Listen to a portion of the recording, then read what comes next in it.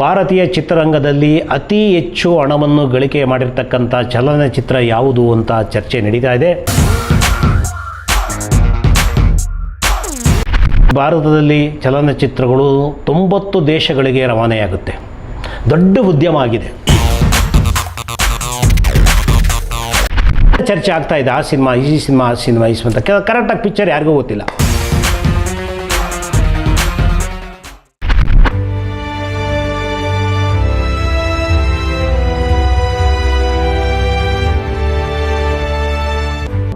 Max, producers of world-class hygiene cleaning products,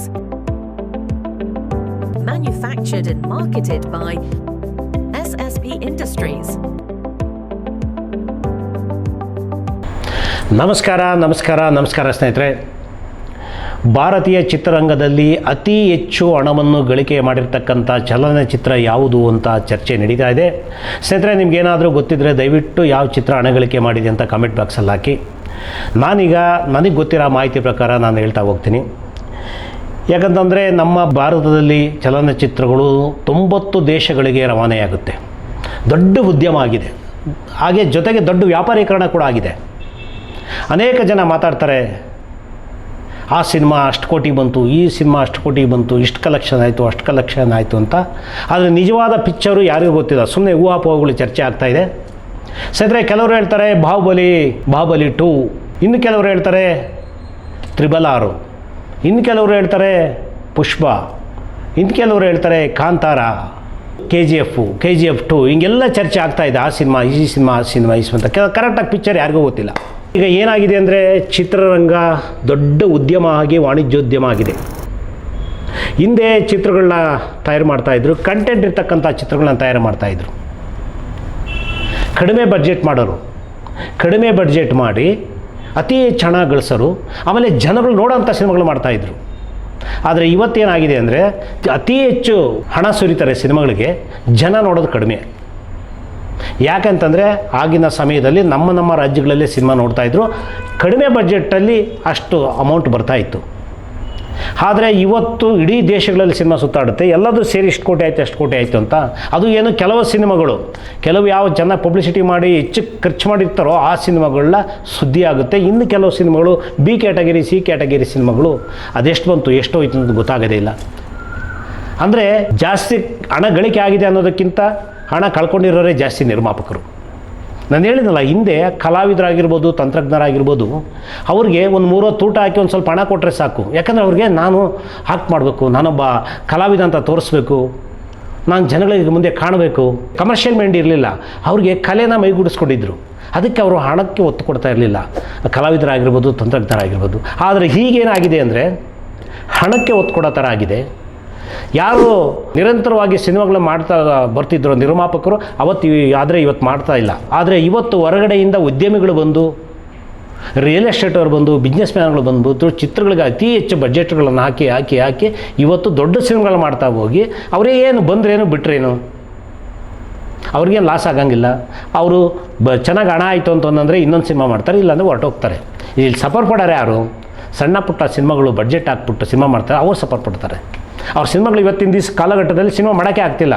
ಹೇಳಿಲ್ಲ ನೋಡಿ, ದೊಡ್ಡ ಸಿನಿಮಾಗಳು KGF, ಕಾಂತಾರ, ಬಾಹುಬಲಿ ಇಂಥ ಸಿನಿಮಾ ಕೋಟಿಗಟ್ಟಲೆ, 1000 ಕೋಟಿ, 1500 ಕೋಟಿ, 500 ಕೋಟಿ, 600 ಕೋಟಿ ಬಡ್ಜೆಟ್ ಸಿನಿಮಾಗಳು ಹಾಕಿ ಹೆಂಗಪ್ಪ ಇದು ನಮಗೆ ಒಂಥರ ಗಾಬರಿ ಆಗ್ತೀವಿ. ಅಷ್ಟು ಕೋಟಿಗಳು ಹಿಂಗೆ ಆಗ್ತಾರೆ, ಹೆಂಗೆ ಹಣ ವಾಪಸ್ ಬರುತ್ತೆ ಅಂತ.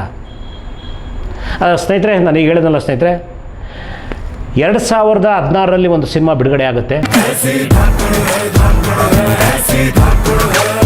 ಆ ಸಿನಿಮಾ ಬಿಡುಗಡೆ ಆದ ಸಿನಿಮಾ ಇವತ್ತಿನವರೆಗೂ, ಈಗ ಹೇಳಿದ್ನಲ್ಲ, ಬಾಹುಬಲಿ, ಕಾಂತಾರ, ನಮ್ಮ KGF, 666, ಪುಷ್ಪ, ಇವು ಯಾವ ಸಿನಿಮಾಗಳು ಕಲೆಕ್ಷನ್ ಮಾಡಿಲ್ಲ. ಆ ಸಿನಿಮಾ ಅಷ್ಟು ಕಲೆಕ್ಷನ್ ಮಾಡಿತ್ತು. ಯಾವತ್ತು 2016ರಲ್ಲಿ ಒಂದು ಸಿನಿಮಾ ಬಿಡುಗಡೆ ಆಗುತ್ತೆ. ಅಮೀರ್ ಖಾನ್ ನಡೆಸಿರ್ತಕ್ಕಂಥ ಚಿತ್ರ ದಂಗಲ್ ಅಂತ.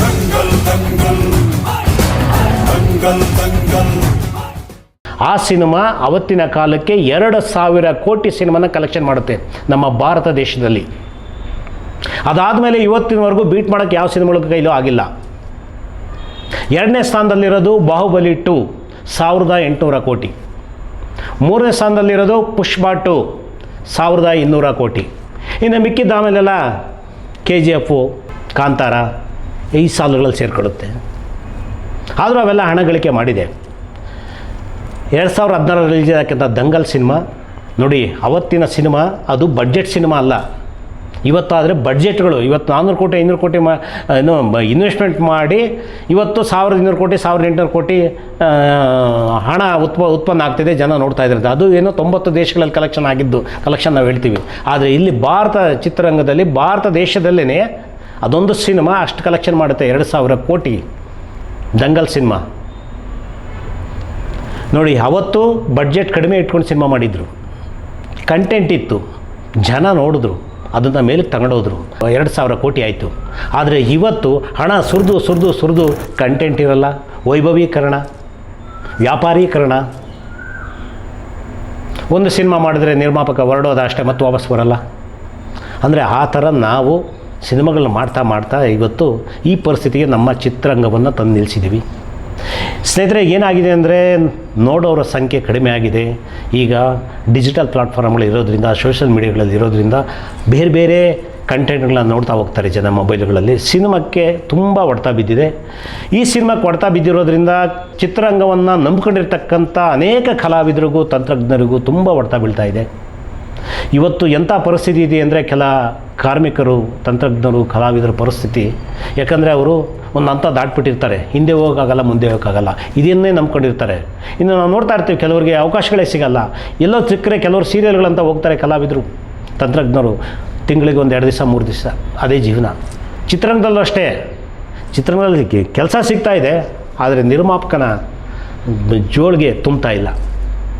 ಅದಕ್ಕೆ ಈಗೊಂದು ಚರ್ಚೆ ಆಗಿತ್ತು ಸ್ನೇಹಿತರೆ, ಭಾರತ ಚಿತ್ರರಂಗದಲ್ಲಿ ಅತಿ ಹೆಚ್ಚು ಹಣ ಗಳಿಸ್ತಕ್ಕಂಥ ಚಿತ್ರ ಯಾವುದು ಅಂತ. ಅದೇ ನಾನು ಹೇಳಿದ್ನಲ್ಲ, ದಂಗಲ್ನ ಇವತ್ತುವರೆಗೂ ಯಾವ ಸಿನಿಮಾಗಳು ಬೀಟ್ ಮಾಡೋಕ್ಕಾಗಿಲ್ಲ. ಅವತ್ತೇ 2000 ಕೋಟಿಗಳನ್ನ ಅವತ್ತು ಕಲೆಕ್ಷನ್ ಮಾಡಿತ್ತು. ಅದು ತುಂಬ ಗ್ರೇಟು, ಯಾಕಂದರೆ ಕಡಿಮೆ ಬಡ್ಜೆಟಲ್ಲಿ ಮಾಡಿರ್ತಕ್ಕಂಥ ಸಿನಿಮಾ ಅದು. ಈಗಿನ ಲೆಕ್ಕಾಚಾರದ ಥರ ಕೋಟಿಗಳು ಹಾಕಿದ ಸಿನಿಮಾ ಅಲ್ಲ ಅದು. ದಂಗಲ್ ಸಿನಿಮಾ 2000 ಕೋಟಿ, ಇವತ್ತಿನವರೆಗೂ ಯಾವ ಸಿನಿಮಾನೂ ಮಾಡೋಕ್ಕಾಗಿಲ್ಲ. ಚಿತ್ರರಂಗ ಹೇಗಿದೆ ಅಂದರೆ ವ್ಯಾಪಾರೀಕರಣ ಆಗಿದೆ, ವೈಭವೀಕರಣ ಆಗಿದೆ. ನೋಡೋಣ ಎಲ್ಲಿವರೆಗೂ ಹೋಗುತ್ತೋ ಗೊತ್ತಿಲ್ಲ ಸ್ನೇಹಿತರೆ. ಇದೊಂದಂತೂ ಪಕ್ಕ ಮಾಹಿತಿ, ಅದಕ್ಕೆ ಒಂದು ಖುಷಿಯಾದಂಥ ವಿಚಾರ. ಯಾಕಂದರೆ ನಮ್ಮ ಭಾರತ ಚಿತ್ರರಂಗದಲ್ಲಿ ಒಂದು 2000 ಕೋಟಿ 2016ರಲ್ಲಿ ಮಾಡಿದ್ದು, ಅದು 10 ವರ್ಷದ ಹಿಂದೆ ಮಾಡಿತ್ತು ಅಂದರೆ ಖಂಡಿತ ಗ್ರೇಟ್. ಎಲ್ಲರಿಗೂ ವಂದನೆಗಳು, ನಮಸ್ಕಾರ ಸ್ನೇಹಿತರೆ.